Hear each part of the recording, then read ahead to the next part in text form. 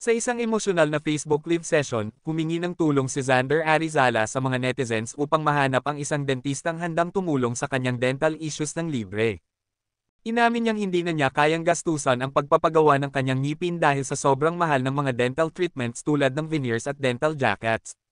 Sinabi niyang bumaba na ang kanyang kasikatan, kaya tingin niya ay wala ng dentista na tatanggap sa kanya bilang pasyente. Kahit pumunta ako sa kahit saang dentist, alam ko na wala namang tatanggap sa akin. Siyempre, hindi naman ako sikat, hindi na ako kilala, pahayag ni Xander.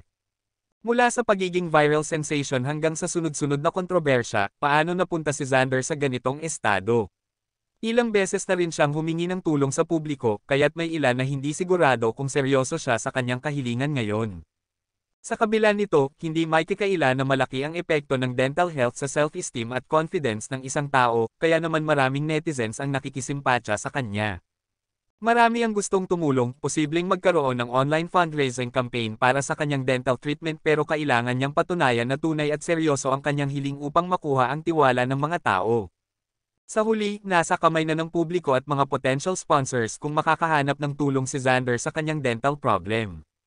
Ang paghingi ni Xander Arizala ng libreng dental treatment ay nagdulot muli ng pagkakahati ng opinyon ng publiko.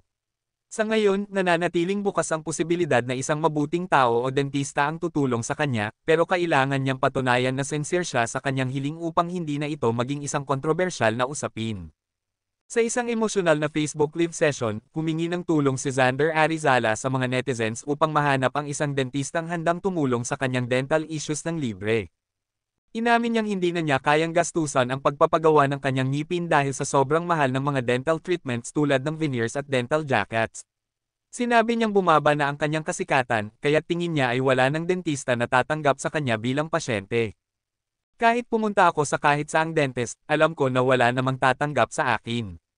Siyempre, hindi naman ako sikat, hindi na ako kilala, pahayag ni Xander.